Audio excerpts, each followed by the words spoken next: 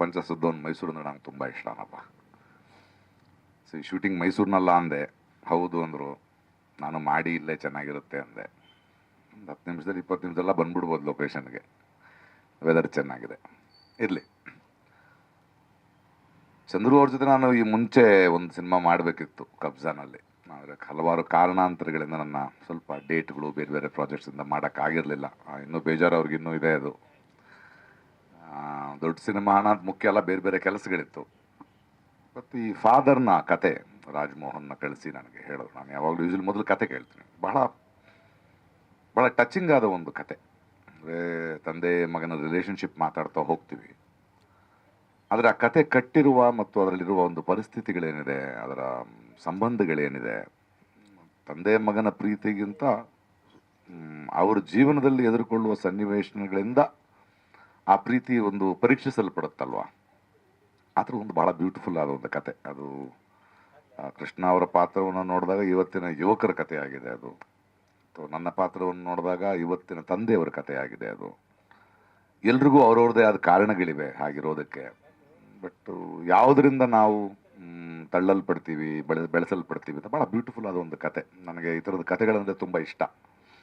ಅಂದರೆ ಒಂದು ಒಳ್ಳೆಯ ಅಭಿರುಚಿಯ ಕತೆಗಳನ್ನು. ಮೊನ್ನೆ ಕೂಡ ನಾನು ಇದರಲ್ಲಿ ಒಂದು ಅವಾರ್ಡ್ ಫಂಕ್ಷನ್ನಲ್ಲಿ ಕರ್ನಾಟಕದಲ್ಲಿ ಮಾತಾಡ್ತಿರ್ಬೇಕಾದ್ರೆ 90 ವರ್ಷ ಆಯಿತು ಕನ್ನಡ ಇಂಡಸ್ಟ್ರಿಗೆ, ಏನು ಹೆಮ್ಮೆ ಪಡೋ ವಿಷಯ ಅಲ್ವಾ ಅಂದರು. ಹೆಮ್ಮೆ ಪಡೋ ವಿಷಯ ಹೌದು, ಆದರೆ ಅಭಿರುಚಿನ ಬೆಳೆಸ್ಕೊಳ್ತಾ ಇದೀವ ಅಂತ ನಾವು ಆತ್ಮಾವಲೋಕನ ಮಾಡ್ಕೊಳ್ಳೋ ವಿಷಯ ಕೂಡ ಅದು ನಮಗೆ ಅಂದೆ. ಅದು ಬರೀ ಸಿನಿಮಾ ರಂಗದವರಲ್ಲ, ಪ್ರೇಕ್ಷಕರು ಕೂಡ. ಪ್ಯಾನ್ ಇಂಡಿಯನ್ ಸಿನಿಮಾಗಳಾಗಿವೆ, ಹಣದ ವ್ಯಾಪಾರದಲ್ಲಿ ಬಹಳ ಬೆಳೆದಿದ್ದೀವಿ. ಆದರೆ ಅಷ್ಟು ದಿನ ನಾವಿನ್ನೂ ಪುಟ್ಟಣ್ಣ ಕಣಗಲ್ಲೋ, ಭಗವಾನ್ ಅವರೋ, ಅಪ್ಪಾಜಿ ಅಂತಾನೋ, ಬಂಗಾರದ ಮನುಷ್ಯನ ಮಾತಾಡ್ತಾ ಕೂತ್ಕೊಳ್ತೀವಿ. ಅದೇ ಅದ್ರಲ್ಲಿ ನಾವು ಒಂದು ಅಭಿರುಚಿಗಳನ್ನ ಕೂಡ ಬೆಳೆಸ್ಕೊಳ್ತಿದ್ದೀವಿ ಆ ಒಳ್ಳೆಯ ಸಿನಿಮಾಗಳನ್ನು ಮಾಡ್ತಾ ಅಂತ. ಆ ನಿಟ್ಟಿನಲ್ಲಿ ನೋಡಿದಾಗ ನನಗೆ ಈ ಕತೆ ಬಹಳ ಮುಖ್ಯವಾದ ಕತೆ ಅನ್ನಿಸ್ತು. ಆ್ಯಂಡ್ ನಾನು ಸುಮಾರು 28 ಸಿನಿಮಾಗಳನ್ನ ಪ್ರೊಡ್ಯೂಸ್ ಮಾಡಿದ್ದೀನಿ, ನಾನು ನಿರ್ದೇಶನ ಮಾಡಿದ್ದೀನಿ. ಆದರೆ ಇವತ್ತಿನ ಕನ್ನಡದ ಚಿತ್ರರಂಗದ ಪರಿಸ್ಥಿತಿಯಲ್ಲಿ ಒಂದು 5-6 ಸಿನಿಮಾಗಳನ್ನು ನಾನು ನಿರ್ಮಾಣ ಮಾಡ್ತೇನೆ. ಬೇರೆ ಬೇರೆ ಕಥೆಗಳು, ಬೇರೆ ಬೇರೆ ಜಾನರ್ಗಳನ್ನು ಮಾಡೋದಕ್ಕೆ ಒಬ್ಬ ಪ್ರೊಡ್ಯೂಸರ್ ಬರೋದು ಭಾಳ ದೊಡ್ಡ ಆರೋಗ್ಯದ ಒಂದು ಬೆಳವಣಿಗೆ ಅಂತ ಅನಿಸುತ್ತೆ ನನಗೆ. ಅಂದರೆ ಒಂದು ಸಿನಿಮಾ ಅಂದರೆ ಒಂದು 300-400 ಜನ ಕೆಲಸ ಮಾಡ್ತೀವಿ, ಕೆಲವು ಅಲ್ಲ. ಒಂದು 5 ಸಿನಿಮಾ ಅಂತದರ ಸ್ಪ್ಯಾನೇ ಬಹಳ ಇಂಟ್ರೆಸ್ಟಿಂಗು. ಆ್ಯಂಡ್ ಬೇರೆ ಬೇರೆ ಕಥೆಗಳನ್ನು ಸುಮ್ಮನೆ ಹಾಗೆ ಕೇಳಿದೆ. ಬಟ್ ಎಲ್ಲದರಲ್ಲೂ ಕೂಡ ಅಭಿರುಚಿ ಕಾಣಿಸ್ತಾ ಇದೆ. ಬೇರೆ ಬೇರೆ ಬೇರೆ ಬೇರೆ ಬೇರೆ ಬೇರೆ ನಿರ್ದೇಶಕರು, ಬೇರೆ ಬೇರೆ ಆಲೋಚನೆಗಳು, ಅದು ಭಾಳ ದೊಡ್ಡ ವಿಷಯ. ಇವತ್ತು ಒಂದು ಸಿನಿಮಾ ಮಾಡೋದೇ ಇಂಥ ಕಷ್ಟದಲ್ಲಿದ್ದಾಗ ಅದಕ್ಕೆ ಇಲ್ಲ, ನಾನು ಕಂಟಿನ್ಯೂಸ್ ಆಗಿ ಮಾಡ್ತಾ ಹೋಗ್ತೇನೆ. I am going to be as a producer. ಅಂದರೆ ಬ್ಯಾಲೆನ್ಸ್ ಶೀಟನ್ನು ಆಮೇಲೆ ನೋಡ್ತೀನಿ ನಾನು ಅನ್ನೋದಿದೆಯಲ್ಲ, ಅದು ಭಾಳ ಭಾಳ ದೊಡ್ಡ ಗುಣ. ಅದು ಆ ಥರದ ಒಂದು ಉತ್ಸಾಹ, ಪ್ರೋತ್ಸಾಹವ ಇವತ್ತು ಸಿನಿಮಾ ಇಂಡಸ್ಟ್ರಿಗೆ ಬೇಕಾಗಿದೆ. ಇತ್ತೀಚೆಗೆ ಕೂಡ ಬೆಂಗಳೂರಿನಲ್ಲಿ ನೋಡಿದಾಗ ಕನ್ನಡ ಸಿನಿಮಾಗಳು ಶೂಟಿಂಗ್ಗಳು ಕಮ್ಮಿ ಆಗಿಬಿಟ್ಟಿದೆ ಸರ್. ನಮಗೆ ಏನು ಮಾಡೋದು ಅಂದರೆ, ಒಂದು ಸಿನಿಮಾ ಅಂದರೆ ಬರೀ ಒಬ್ಬ ನಟ ಮತ್ತು ನಿರ್ದೇಶಕಂದಲ್ಲ, ಅದ್ರ ಸುತ್ತಲೂ ಒಂದು ಕುಟುಂಬ ಇದೆ, ವರ್ಕರ್ಸ್ಗಳಿದ್ದಾರೆ, ಮತ್ತು ಏನೋ ಒಂದು ಕೆಲಸ ನಡೀತಾ ಇರಬೇಕು. ಸೊ ಆ ನಿಟ್ಟಿನಲ್ಲಿ ಇದು ಬಹಳ ದೊಡ್ಡ ವಿಷಯ. ನಾವು ಪತ್ರಿಕೋದ್ಯಮದಲ್ಲಿ ಇರೋರು ಇರ್ಬೋದು, ಪ್ರೇಕ್ಷಕರು ಇರ್ಬೋದು, ಈ ಥರದ ಪ್ರಯತ್ನಗಳ ಬಲವಾಗಿ ನಿಂತ್ಕೊಳ್ಳೋದು ಬಹಳ ಮುಖ್ಯ ಅನಿಸುತ್ತೆ. ಆ ನಿಟ್ಟಿನಲ್ಲಿ ನನಗೆ ಈ 5 ಪ್ರೊಡಕ್ಷನ್, ಒಂದು ಸಿನಿಮಾದಲ್ಲಿ ರೋಲ್ ಕೊಟ್ಟಿದ್ದಾರೆ, ಇನ್ನೊಂದು ಯಾರು ಸಿನಿಮಾದಲ್ಲಿ ಕೊಡ್ತಾರೆ. ಬಟ್ ನನಗೆ ಈ ಐಡಿಯಾ ತುಂಬ ಇಷ್ಟ ಆಯಿತು, ಆ ಕ್ಲಾರಿಟಿ ತುಂಬ ಇಷ್ಟ ಆಯಿತು. ಆಗಲಿ ಅಂದರೆ ಒಂದು ಇಡೀ ವರ್ಷ ಬೇರೆ ಯಾವುದು ಯೋಚನೆ ಮಾಡಿದೆ ಸಿನಿಮಾಗಳೇ ಮಾಡ್ತಾ ಇರ್ತೀನಿ ಅನ್ನೋದಿದೆಯಲ್ಲ, ಅದು ಒಂದು ಸಿನಿಮಾ ಅಲ್ವಲ್ಲ. ಅದು ಏಕಕಾಲದಲ್ಲಿ 5 ಸಿನಿಮಾಗಳ ಬಗ್ಗೆ ಯೋಚನೆ ಮಾಡಬೇಕು, 5 ಸೆಟ್ ಆಫ್ ಆ್ಯಕ್ಟರ್ಸ್ ಜೊತೆ ಮಾಡಬೇಕು, 5 ನಿರ್ದೇಶಕರ ಜೊತೆ ಮಾಡಬೇಕು.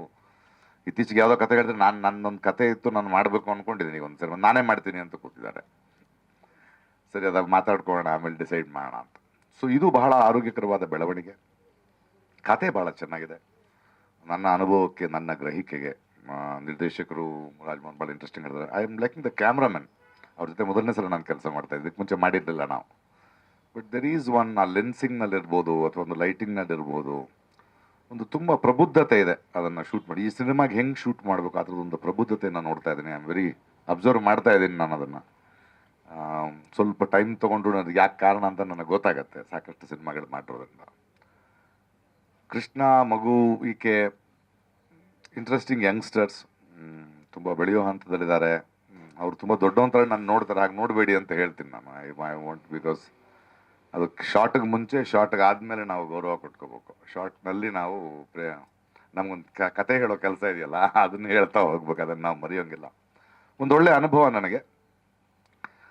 ಮತ್ತು ಕನ್ನಡ ಸಿನಿಮಾ ಮೈಸೂರಿನಲ್ಲಿ ಕನ್ನಡ ಕೇಳಿಕೊಂಡು ಪಕ್ಕದಲ್ಲಿ ಶ್ರೀರಂಗಪಟ್ಟಣದಲ್ಲಿ ಮನೆ ಚೆನ್ನಾಗಿದೆ, ಸಂತೋಷವಾಗಿದ್ದೀನಿ. ಒಳ್ಳೆಯದಾಗಲಿ ಚಂದ್ರು ಅವರಿಗೆ. ನಿಮ್ಮ ಪರವಾಗಿ ನಿಮ್ಮ ಬೆಂಬಲವಾಗಿ ನಾವು ನಿಲ್ತೇವೆ. ಅದು ಒಂದು ಸಿನಿಮಾ ಅಂತಲ್ಲ, ಈ ಥರದ ಒಂದು ಪ್ರಯತ್ನಕ್ಕೆ ಬೆಂಬಲವಾಗಿ ನಿಲ್ಲೋದು ಬಹಳ ಮುಖ್ಯ. ಮಾಧ್ಯಮದವರು ಯಾವಾಗಲೂ ಕನ್ನಡದ ಮಾಧ್ಯಮದವರು ಅದನ್ನು ಸಪೋರ್ಟ್ ಮಾಡ್ತಾ ಬಂದಿದ್ದಾರೆ. ಒಂದು ಸಿನಿಮಾವನ್ನು ಸಪೋರ್ಟ್ ಮಾಡೋದು, ಒಂದು ಇಷ್ಟು ದೊಡ್ಡ ಸಂಖ್ಯೆಯಲ್ಲಿ ಬರ್ತಾ ಇದ್ದಾರೆ ಅಂದ್ರೇ ಅದು ಅವ್ರಿಗಿರುವಂಥ ಪ್ರೀತಿ ಮತ್ತು ನಿಮ್ಮ ಮೇಲಿರುವಂಥ ಒಂದು ವಿಶ್ವಾಸ, ನಮ್ಮೆಲ್ಲರ ಮೇಲಿರುವಂಥ ಪ್ರೀತಿ. ನನಗೆ ಭಾಳ ವರ್ಷಗಳಿಂದ ಗೊತ್ತು ಎಲ್ಲರೂ, ಅದಕ್ಕೆ ಬಂದ ತಕ್ಷಣ ಮುಂದ್ಗಡೆ ಕೂತ್ಕೊಂಡು ಮಾತಾಡ್ತಾ ಇರ್ತೀನಿ ಪರ್ಸ್ನಲಾಗಿ. ಯಾಕಂದರೆ ಈ ಮಾಧ್ಯಮದ ಜೊತೆ ನಾನು ಆಫ್ ದ ರೆಕಾರ್ಡ್ ಮಾತಾಡ್ಬೋದು, ಆ ನಂಬಿಕೆ ನಮ್ಮಿಬ್ಬರ ಮಧ್ಯೆ ಇದೆ.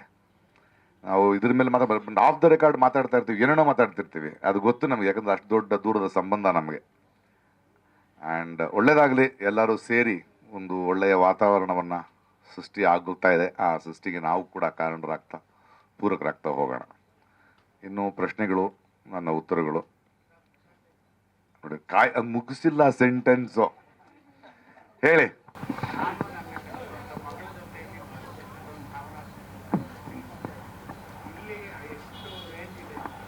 ಇದೆ ನನ್ನ ಸಿನಿಮಾಗಳೇ ಹಾಗೆ ಇರುತ್ತಲ್ವ. ನಾನು ನನ್ನ ಕನಸು ಇರ್ಬೋದು, ಅಥವಾ ಒಗ್ಗರಣೆ ಇರ್ಬೋದು, ಅಥವಾ ಇದೊಳ್ಳೆ ರಾಮಾಯಣ ಇರ್ಬೋದು, ಅದು ನನ್ನ ಅಭಿರುಚಿ.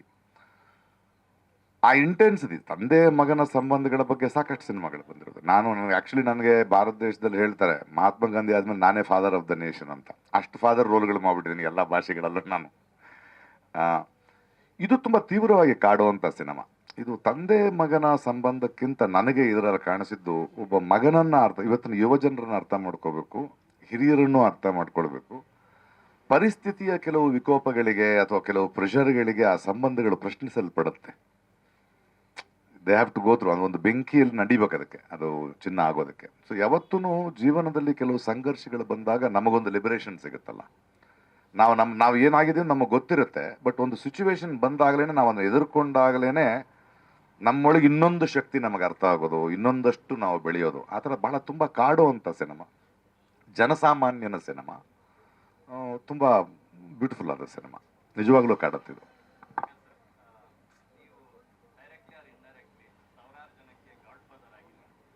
ಗಾಡ್ ಫಾದರ್ನ ಅಂಡರ್ ವರ್ಲ್ಡ್ ಡಾನ್ ಕಣೋ.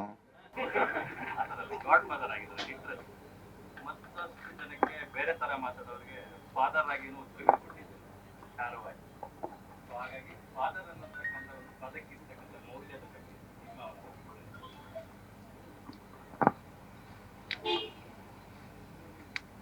ತಂದೆ ಇದು ಬಹಳ ಅದ್ಭುತ. ನನಗೆ ನಾನು ನನ್ನ ಕನಸು ನೋಡಿದ್ರೆ, ಅಲ್ಲ, ನಾನು ನನ್ನ ಕನಸು ಅಂತ ಒಂದು ಸಿನಿಮಾ ನೋಡಿದ್ರೆ, ಒಬ್ಬ ಗಂಡಸು ತಂದೆ ಆಗ್ತಾನಲ್ಲ, ಮಗಳು ಹುಟ್ಟೋ ತನಕ ಅವನ ಗಂಡ ಆಗಿದ್ದ. ಮಕ್ಕಳು ಹುಟ್ಟಿದ್ಮೇಲೆ ಅಪ್ಪ ಅನ್ನೋ ಸ್ಥಿತಿ, ಅಂದರೆ ಅಪ್ಪನಿಗೂ ಮಕ್ಕಳಿಗೂ ಒಂದೇ ವಯಸ್ಸು ಅಂತ. ಇವನು ಅಪ್ಪ ಆಗಿದ್ದಕ್ಕೂ ಮಕ್ಕಳಾಗಿದ್ದಕ್ಕೂ ಒಂದೇ ವಯಸ್ಸು. ಅದರಲ್ಲಿ ಒಂದು ಹೆಣ್ಣು ಮಗಳ ಜೊತೆ ಇರೋ ಒಂದು ರಿಲೇಷನ್ಶಿಪ್ ಅಂದರೆ ಅವನ ಜೀವನ ಬರುವ ಎಲ್ಲ ರೀತಿಯ ಹೆಣ್ಣುಗಳು, ತಾಯಿ ಇರ್ಬೋದು, ತಂಗಿ ಇರ್ಬೋದು, ಗೆಳತಿ ಇರ್ಬೋದು, ಸ್ನೇಹಿತೆ ಇರ್ಬೋದು, ಹೆಂಡತಿ ಇರ್ಬೋದು. ಆದರೆ ಮಗಳ ಜೊತೆ ಬೇರೆ ಸಂಬಂಧ ಇರ್ತದೆ. ಅಂದರೆ ಎಲ್ಲವನ್ನ ಬೆಳೆಸಿ ಯಾವುದನ್ನು ಎದುರು ನೋಡದೆ ಬಿಟ್ಕೊಡ್ಬೇಕು. ಒಂದು ಫ್ಲೂಟಿನ ಮ್ಯೂಸಿಕ್. ಮಗಂದು ಹಂಗಿರಲ್ಲ, ತಂದೆ ಮಗನ ಸಂಬಂಧ ಬೇರೆ ಇರುತ್ತದೆ. ಅಂದರೆ ನನ್ನ ನಂತರ ನೀನು, ನನ್ನ ಇನ್ನೊಂದು ಛಾಯೆ ನೀನು, ಅಥವಾ ನನ್ನಿಂದ ಇನ್ನೊಂದು ತೊಡುವಾನಕ್ಕೆ ಹೋಗು ಅನ್ನೋದು, ಅದೊಂದು ಸ್ವಲ್ಪ ಲವ್ ಹೇಟ್ ರಿಲೇಷನ್ಶಿಪ್. ಅದು ಒಂದೇ ಜಾತಿ ಅಲ್ಲ, ಗಂಡಸರಲ್ವಾ. ನಿನಗಿಂತ ಮುಂಚೆ ನಾನು ಅಪ್ಪ ಆಗಿದ್ದೆ, ಅವನು ಅಪ್ಪ ಆಗ್ತಾನೆ. ಸೊ ತಂದೆ ಅಂದರೂ ಕಲಿಸೋದಕ್ಕಿಂತ ತಂದೆಯವರು ಮಾಡೋ ಬಿಹೇವಿಯರನ್ನು ಮಕ್ಕಳು ಕಲಿಯೋದು ತುಂಬ ಇಂಪಾರ್ಟೆಂಟ್ ಆಗುತ್ತೆ. ಒಬ್ಬ ತಂದೆ ಆದೊಂದು, ಅದು ಬೇರೆ ಥರದ ಒಂದು ರಿಲೇಷನ್ಶಿಪ್. ನನಗೆ ನನ್ನ ಮಗಳಿಗಿರೋ ರಿಲೇಷನ್ಶಿಪ್ ಬೇರೆ, ನನಗೆ ನನ್ನ ಮಗನಿಗಿರೋ ರಿಲೇಷನ್ಶಿಪ್ ಬೇರೆ. ಬಟ್ ಇಬ್ಬರು ಗಂಡಸರ ಮಧ್ಯೆ ಇರುವಂಥ, ಯಾಕಂದ್ರೆ ಇಬ್ಬರೂ ಇವತ್ತಿನ ಪ್ರಪಂಚದಲ್ಲಿ ಹೊರಗಡೆ ಹೋಗಬೇಕು, ಸಾಕಷ್ಟು ಸಮಸ್ಯೆಗಳಿರುತ್ತೆ, ಅದನ್ನು ಹೇಳ್ಕೊಳಕ್ಕಾಗಲ್ಲ, ಅವರೇ ನಿಭಾಯಿಸಬೇಕು. ತಂದೆ ಮಗ ಎಷ್ಟೇ ದೊಡ್ಡವನಾದರೂ ತಂದೆಗೆ ಇವನಿನ್ನೂ ಚಿಕ್ಕವನು ಅನ್ನೋದೊಂದಿರುತ್ತೆ. ಆದರೆ ಅವನದೇ ಆದ ನಿರ್ಧಾರಗಳಿರುತ್ತೆ, ಅದನ್ನು ಒಪ್ಕೊಳ್ಬೇಕಾಗತ್ತೆ. ತಂದೆ ಆದವನು ನಾನು ಇಷ್ಟು ಮಾಡಿದೆ, ನೀನು ನನಗೇನು ವಾಪಸ್ ಕೊಡ್ತೀಯ ಅನ್ನೋದಕ್ಕಿಂತ ಅವನನ್ನು ಈ ಕಥೆಯಲ್ಲಿ ಎರಡೂ ನಡೆಯುತ್ತೆ. ಒಂದು ಮಗನನ್ನು ಕೂಡ ಅರ್ಥ ಮಾಡಿಕೊಳ್ಳುವ ತಂದೆ, ತಂದೆಯನ್ನು ಕೂಡ ಅರ್ಥ ಮಾಡ್ಕೊಳ್ಳೋ ಮಗು. ಸೊ ಅದು ಬಹಳ ಇಂಪಾರ್ಟೆಂಟ್ ಆಗೋದು ಒಂದು ರಿಲೇಷನ್ಶಿಪ್ನಲ್ಲಿ. ಆ ಥರದ ಒಂದು ಭಾಳ ಬ್ಯೂಟಿಫುಲ್ ಆದ ಒಂದು ಹೊಸ ಥ್ರೆಡ್ಡನ್ನು ಈ ಸಿನಿಮಾ ಹುಡುಕ್ತಾ ಇದೆ ಅಂತ ಅನ್ಸುತ್ತೆ. ಕಾಂಜೀವರಂನ ತಂದೆ ಬೇರೆ, ಇರುವರ್ನ ತಂದೆ ಬೇರೆ, ಅಭಿಯುಮ್ ನಾನುನ ತಂದೆ ಬೇರೆ, ಬೊಮ್ಮರಿಲ್ಲು ಸಿನಿಮಾದ ತಂದೆ ಬೇರೆ, ಅಂತಃಪುರದ ತಂದೆ ಬೇರೆ, ಹೀಗೆ ಓಕೆ ಕಣ್ಮಣಿಯ ಮಣಿರತ್ನಂ ಅವರ ತಂದೆ ಬೇರೆ, ಅದು ಬೇರೆ ಬೇರೆ ಬೇರೆ ಬೇರೆ ಇರುತ್ತೆ. ಅಂದರೆ ನಮ್ಮ ಜೀವನದಲ್ಲಿ ಬರೋ ಬೇರೆ ಬೇರೆ ಸನ್ನಿವೇಶಗಳಿಂದ ಅದು ಪ್ರೂವ್ ಆಗ್ತಾ ಹೋಗುತ್ತೆ. ಬಟ್ ಆ ಬಾಂಧವ್ಯ ಒಂದೇನೆ. ಅಂಡ್ ಆ ಥರ ಅಷ್ಟೂ ಪಾತ್ರಗಳು, ಅಥವಾ ನೀವು ಪಾವಕಥೆಗಳಂತ ನೋಡು, ಮಗಳನ್ನೇ ಕೊಲ್ಲಬೇಕಾದ ಪ್ರೆಷರಿಂದ ತಂದೆ ಬೇರೆ. ಸೊ ನನ್ನ ಪುಣ್ಯ ಏನು ಅಂದರೆ, ಒಂದು ಹಲವಾರು ಭಾಷೆಗಳು, ಹಲವಾರು ನಿರ್ದೇಶಕರು, ಹಲವಾರು ನದಿಗಳು, ಬೇರೆ ಬೇರೆ ಯೋಚನೆಗಳಿಗೆ ನಾನು ಹೋಗ್ಲಿಕ್ಕೆ ಸಾಧ್ಯ ಆಯಿತು, ನನ್ನನ್ನು ನಾನು ತೊಡಗಿಸ್ಕೊಳಕ್ಕೆ ಸಾಧ್ಯ ಆಯಿತು ಅನ್ನೋದು. ಸೊ ಅದು ಭಾಳ ಬ್ಯೂಟಿಫುಲ್ ಜರ್ನಿ. ಅದು ಫಾದರ್ ಆಫ್ ದ ನೇಷನ್ ಅಂತಾರಲ್ಲ, ಅದು ಚೆನ್ನಾಗಿರುತ್ತೆ ನನಗೆ ಇರ್ಬೋದಲ್ಲ. ಎಲ್ಲವೂ ಹಂಗೆ ನೋಡಕ್ಕೆ ಹೋದ್ರೆ father is an opinion, motherhood is an opinion, son is an opinion. But ಅವನು ಹುಟ್ಟಿಸಿದಾನೆ, ಬೆಳೆಸಿದಾನೆ ಅಂದಾಗ ಅವನಿಗೆ ಗೊತ್ತಿಲ್ಲದೆ ಒಂದು ಕಂಟ್ರೋಲ್ ಇಟ್ಕೊಳ್ಳಿಕ್ಕೆ ಪ್ರಯತ್ನ ಮಾಡ್ತಾನೆ. ಬಟ್ ಬಿಡೋದಲ್ವಾ ಅದು. ಅದೇ ಹೇಳ್ತೀನಲ್ಲ, ಅಭಿನವನಲ್ಲಿ ಒಂದು ಡೈಲಾಗ್ ಬರೆದಿದ್ದೆ ನಾನು. ಒಬ್ಬ ಮಗಳು ಹುಟ್ಟಿದ ಮೇಲೆ ಅಪ್ಪ ಹುಟ್ಟುತ್ತಾನೆ, ಮಗಳು ಬೆಳೀತಾ ಹೋಗ್ತಾಳೆ, ಅಪ್ಪ ಬೆಳೆಯೋದೇ ಇಲ್ಲ ಅಂತ. ನಾವು ಅಪ್ಪಂದ್ರು ಬೆಳಿಬೇಕಾಗತ್ತೆಲ್ಲ ಒಂದ್ ಕಡೆ. ಸರ್, ಬೇರೆ ಬೇರೆ ಕಾರಣಕ್ಕೆ, ಒಬ್ಬೊಮ್ಮರೆಲ್ಲೂ ಅನ್ನೋ ಒಂದು ಸಿನಿಮಾ ಬೇರೆ ಕಾರಣಕ್ಕೆ ಇಷ್ಟ ಆಗುತ್ತೆ ನನಗೆ. ಅಭಿಯುಮ್ ನನಗೆ ಬಹಳ ಇಷ್ಟವಾದ ಸಿನಿಮಾ. ಅದು ನನ್ನ ಪರ್ಸ್ನಲ್ ಸ್ಟೋರಿ ಕೂಡ. ನನ್ನ ಮಗಳು 5 ವರ್ಷಗಳಿದ್ದಾಗ ಒಂದು ಸಿನಿಮಾ ಮಾಡಬೇಕು ಅಂದರೆ ಬೆಳೆದ್ಮೇಲೆ ಬಿಟ್ಕೊಡ್ಬೇಕಲ್ಲ. ನನಗೆ ಗಂಡಸಾಗಿ ಒಬ್ಬ ನಟನಾಗಿ ನನಗೆ ನಾನು ನನ್ನ ಕನಸು ತುಂಬ ಕಾಡುವಂತಹ ಸಿನಿಮಾ. ಯಾಕಂದರೆ ನನ್ನ ಹೆಂಡತಿ ನನಗೆ ಹೆಂಡತಿಯಾಗೇ ಇರ್ತಾಳೆ. ಮಗಳು ಮದುವೆ ಆಗಬೇಕು ಹೋದಾಗ ಇವಳು ಸೊಸೆ ಅಲ್ವಾ ಅಂತ ಅರ್ಥ ಆಗತ್ತೆ. ಮಾವ ಅವಾಗ ಅರ್ಥ ಆಗ್ತಾನೆ ನನಗೆ. ಅಲ್ಲಿ ತನಕ ಹೆಂಡತಿ ಅಪ್ಪ ಅಂತ ನಾವು ಒಂದು ಯಂಗ್ಸ್ಟರ್ ಥರ ಜಗಳ ಆಡ್ತಾ ಇರ್ತೀವಿ. ಬಟ್ ನನ್ನ ಮಗಳಿಗೊಬ್ಬ ಮಾವ ಬರ್ತಾನೆ ಅಂದ ತಕ್ಷಣ ನನಗೆ ನನ್ನ ಹೆಂಡತಿ ಅರ್ಥ ಆಗ್ತಾ ಹೋಗ್ತಾರೆ. ಅವಳು ಇನ್ನೊಬ್ಬರ ಮಗಳಾಗಿದ್ಲು, ನಾನು ಅವಳನ್ನ ಇನ್ನೊಬ್ಬರ ಮಗಳಂತ ನೋಡೇ ಇರಲಿಲ್ಲ. ನನ್ನ ಮಗಳನ್ನ ನಾನು ನೋಡೋ ಥರ ಅವ್ರ ಅಪ್ಪ ನೋಡ್ತಿದ್ದ. ಸೊ ಒಂದು ಮಗಳು ಮತ್ತು ತಂದೆಯ ರಿಲೇಷನ್ಶಿಪ್ನಲ್ಲಿ ನನಗದು ಬಹಳಷ್ಟನ್ನು ಕಲಿಸ್ತು. ಆ ಸಿನಿಮಾನ ಬರಿತಾ ನಿರ್ದೇಶನ ಮಾಡ್ತಾ I think that is one of my very favourite films.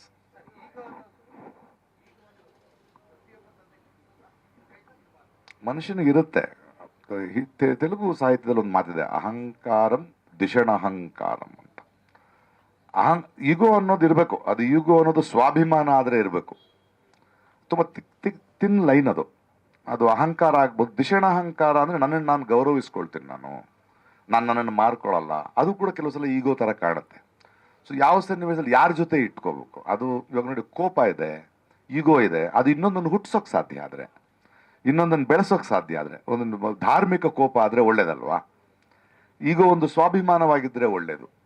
But ಅದು ಅಹಂಕಾರವಾಗಿದ್ದರೆ ಅದು ಇಬ್ರಿಗೂ ಒಳ್ಳೇದಲ್ಲ.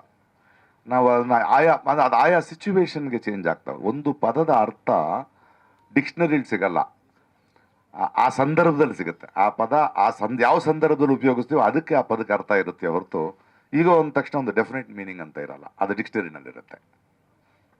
ಬಹುತೇಕ ಹೆಣ್ಮಕ್ಳಿಗೆ ತಂದೆ ಜೊತೆ ಒಳ್ಳೆ ಬಾಂಧವ್ಯ ಇರುತ್ತೆ, ಆದ್ರೆ ಮಗನೊಟ್ಟಿಗೆ ಮಾತ್ರ ತುಂಬಾ ವೈರುಧ್ಯಗಳಿರುತ್ತೆ. ಈ ಸೈಕಲ್ ಒಂದೇ ಜಾತಿ ಅಲ್ಲ ಅದೊಂದು ಸ್ವಲ್ಪ ಮೇಲ್ ಇರುತ್ತೆ. ಅದು ಏನು ಮಾಡೋಕ್ಕಾಗಲ್ಲ. ಅದಿರ್ತದೆ.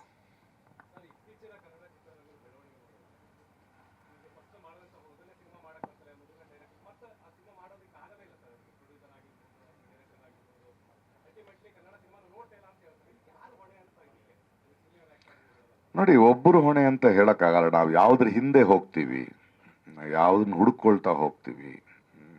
ಇವಾಗ ಬಾಲಚಂದರ್ ಅಂತ ಒಬ್ಬ ನಿರ್ದೇಶಕರು, ಅವರು 100 ಸಿನಿಮಾ ಮಾಡಿದ್ರು, ಅದರಲ್ಲಿ ಒಂದು 40 ಫ್ಲಾಪ್ ಇರುತ್ತೆ. ಆದರೆ ನಿರಂತರವಾಗಿ ಮಾಡ್ತಾ ಹೋಗ್ತಾರೆ. ನಾವು ತಪ್ಪು ಇನ್ನೊಬ್ಬರ ಮೇಲೆ ಹೊರಿಸೋದು ಭಾಳ ಈಸಿ. ಅದು ನಮ್ಮಲ್ಲಿ ಹೆಂಗೆ ಹಿಡ್ಕೊಂಡು ನಿಂತ್ಕೊಳ್ತೀವಿ. ಹಣದ ವ್ಯಾಪಾರದ ಮೇಲೆ ಹೋಗ್ಬಿಟ್ರೆ ವ್ಯಾಪಾರದ ಮೇಲೆ ಹೋಗ್ಬಿಡುತ್ತೆ, ಫೈನಾನ್ಸ್ ಮೇಲೆ ಹೋಗ್ಬಿಟ್ರೆ ಫೈನಾನ್ಸ್ ಮೇಲೆ ಹೋಗ್ಬಿಡುತ್ತೆ. ಇಲ್ಲ ನಮಗೆ ಎಂಡ್ ರಿಸಲ್ಟು ಮಾರ್ಕೆಟಿಂಗು ಬ್ರಹ್ಮಾಂಡ ಬೇಕು ಅಂದರೆ ಅದ್ರ ಮೇಲೆ ಆಗ್ತಾ ಹೋಗುತ್ತೆ. ಕೊನೆಗೂ ಆ ಎಲ್ಲ ಥರದ ನದಿಗಳಲ್ಲಿ ಹರಿಯುವ ಜೀವಸೆಲೆ ಏನು, ಅದು ಪ್ರೇಕ್ಷಕರು ಯಾಕೆ ಒಳ್ಳೆ ಅಭಿರುಚಿ ಸಿನಿಮಾಗಳನ್ನು ನೋಡಲ್ಲ ಅಲ್ವಾ. ಪ್ರೇಕ್ಷಕರು ಇಷ್ಟ, ಕರೆಕ್ಟ್, ಅವ್ರ ಇಷ್ಟನೇ. ಆ್ಯಂಡ್ ಇವತ್ತು ಇಂಟರ್ನೆಟ್ಟು ಮತ್ತು OTT ಎಲ್ಲ ಬಂದ ಮೇಲೆ ಆ್ಯಕ್ಚುಲಿ ಪ್ಯಾನ್ ಇಂಡಿಯನ್ ಸಿನಿಮಾ ಅಂತಿದಾರಲ್ಲ, ಅದು ನನ್ನ ಪ್ರಕಾರ ಪ್ರೇಕ್ಷಕ ಪ್ಯಾನ್ ಇಂಡಿಯಾ ಆಗಿದ್ದಾನೆ. ನಾವು ಪ್ರೇಕ್ಷಕರನ್ನ ಅಲ್ಲಿಗೆಲ್ಲ ಬಿಟ್ಟಿದ್ವಿ. ಈಗ ಅವನು ಮಲಯಾಳಂ ಸಿನಿಮಾನು ನೋಡ್ತಾನೆ, ಹಿಂದಿ ಸಿನಿಮಾ ನೋಡ್ತಾನೆ, ಕೊರಿಯನ್ ಸಿನಿಮಾ ನೋಡ್ತಾನೆ, ಸಬ್ ಟೈಟ್ಲ್ ಇದ್ರೆ ಸಾಕು ನೋಡ್ತಾನೆ. ಹಾಗಾಗಿ ರೀಚ್ ಆಗಕ್ಕೆ ಸಾಧ್ಯ ಆಗ್ತಾ ಇದೆ. ಯಾವತ್ತು ಯಾವುದೇ ಚಿತ್ರರಂಗ ಮತ್ತು ಪ್ರೇಕ್ಷಕ ಕಂಟೆಂಟನ್ನು ದಾಟಿ ಹೋಗ್ತಾನೋ, ಕಂಟೆಂಟ್ ಅವನಿಗೆ ಮುಖ್ಯ ಆಗೋದಿಲ್ವೋ, ಆಗ ಕೆಳಗಿಳಿಯೋದು ಶುರು ಆಗುತ್ತೆ, ಮತ್ತಲ್ಲಿ ಹೊಡೆದಾಡಕ್ಕೆ ಶುರು ಆಗುತ್ತೆ. ಪ್ಲಸ್ ಹಣ ಇನ್ವಾಲ್ವ್ ಆಗಿದೆಯಲ್ಲ, ಅದು ಹಾಕಿದ್ದನ್ನು ಹಾಕಿದ ಕಡೆನೇ ತೆಗಿಬೇಕು. ಅದು ದೊಡ್ಡ ಪ್ರೊಡ್ಯೂಸರ್ ದೊಡ್ಡ ಸಕ್ಸಸ್ ಆಗ್ಬಿಟ್ಟ ಅಂತಾರೆ, ಸಕ್ಸಸ್ ತುಂಬ ಕಮ್ಮಿ ಬಂದಿರುತ್ತೆ, ಫೇಲಿಯರ್ನಲ್ಲಿ ಹಿಂಗೆ ಹೋಗ್ಬಿಡುತ್ತೆ ದುಡ್ಡು, ಬಡ್ಡಿಗಳು, ವ್ಯಾಪಾರಗಳು. So there are lot of factors. ಅದು ಇಬ್ಬರು ಸೇರಿ ಯೋಚನೆ ಮಾಡ್ತಾ ಹೋಗ್ಬೇಕು. ಆಮೇಲೆ ಬರೋ ನಟರುಗಳು ಕೂಡ ನಾನು ಬರೀ ಜಿಮ್ಗೆ ಹೋಗಿ ಆ ನಟ ಆಗ್ಬಿಡ್ತೀನಿ ಅಂದ್ರೆ ಆಗಲ್ಲ.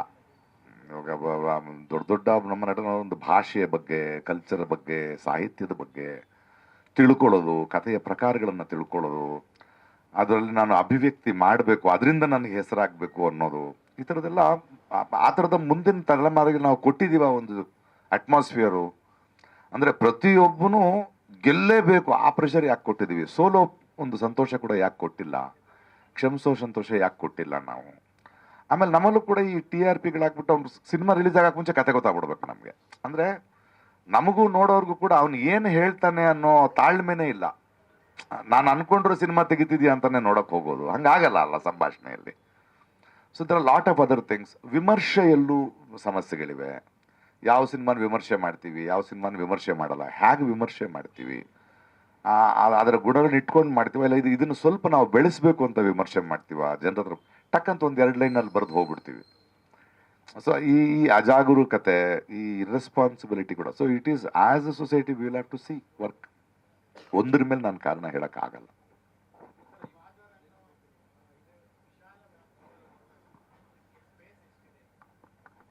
ಎಷ್ಟಿದೆಯೋ ಅಷ್ಟೇ ಮಾಡ್ಬೇಕಾ? ಅದು ಫಾದರ್ ಅನ್ನೋದು ಒಂದು ಪೇಂಟಿಂಗ್ ಆದರೆ, ಪೇಂಟಿಂಗ್ನಲ್ಲಿ ಪ್ರಕಾಶ್ ರೈ ಅನ್ನೋನು ಒಂದು ಬಣ್ಣ. ನಾನು ಆ ಬಣ್ಣ ಮಾತ್ರ ಮಾಡ್ಬೇಕು, ನಾನೇ ಪೇಂಟಿಂಗ್ ಅಲ್ಲ. ಅದು ಹೆಂಗೆ ಮಾಡ್ಬೇಕು? ಒಬ್ಬ ನಿರ್ದೇಶಕ, ನಟನ ಕೆಲಸ ಅಷ್ಟೇ ಅಲ್ವಾ? ಒಬ್ಬ ನಿರ್ದೇಶಕ ಒಂದು ಪೇಂಟಿಂಗನ್ನು ನೋಡ್ತಾನೆ, ಅವನಿಗೆ ಅದರಲ್ಲಿ ಮ್ಯೂಸಿಕ್ ಅನ್ನೋ ಒಂದು ಕಲರ್ ಬೇಕು, ಅವನಿಗೆ ಸಿನಿಮಾಟೋಗ್ರಫಿ ಒಂದು ಕಲರ್ ಬೇಕು, ಡೈಲಾಗ್ ರೈಟಿಂಗ್ ಒಂದು ಬೇಕು, ಎಡಿಟಿಂಗ್ ಬೇಕು. ಯಾವುದು ಅಲ್ಲ, ಎಕ್ಸಾಜುರೇಷನ್ ಬೇಕಾದರೆ ಎಕ್ಸಾಜುರೇಷನ್ ಮಾಡಬೇಕು. ಅದು ಭಾವಗಳಲ್ಲ. ಒಂದು ಹಾಸ್ಯ ಮಾಡ್ದಂಗೆ ಮೆಲೋ ಡ್ರಾಮಾ ಮಾಡಬೇಕಾಗತ್ತೆ, ಕೆಲವು ತುಂಬ ಸೂಕ್ಷ್ಮವಾಗಿ ಹೇಳ್ತಾ ಹೋಗ್ಬೇಕಾಗತ್ತೆ. ಅದು ಆ ಪೇಂಟಿಂಗ್ನ ಡಿಸಿಷನ್. ಕೆಲವು ಸಲ ಒಂದೇ ಒಂದು ಚುಕ್ಕೆಯಾಗಿಟ್ಟಿರ್ತಾರೆ, ಚಿಕ್ಕ ಸೀನು, ಅದ್ರಲ್ಲಿ ನನಗೆ ಒಂದೇ ಒಂದು ಶಾಟ್ ಇರುತ್ತೆ. ಅದು ಯಾಕೆ ಒಂದೇ ಒಂದು ಶಾಟ್ ಇದ್ದರೆ ಅದ್ರ ಕಡೆ ಕಣ್ಣು ಹೋಗೋ ಥರ ಅದು. ಸೊ ಅವೆಲ್ಲವೂ ನಡೆಯುತ್ತೆ ಸಿನಿಮಾದಲ್ಲಿ.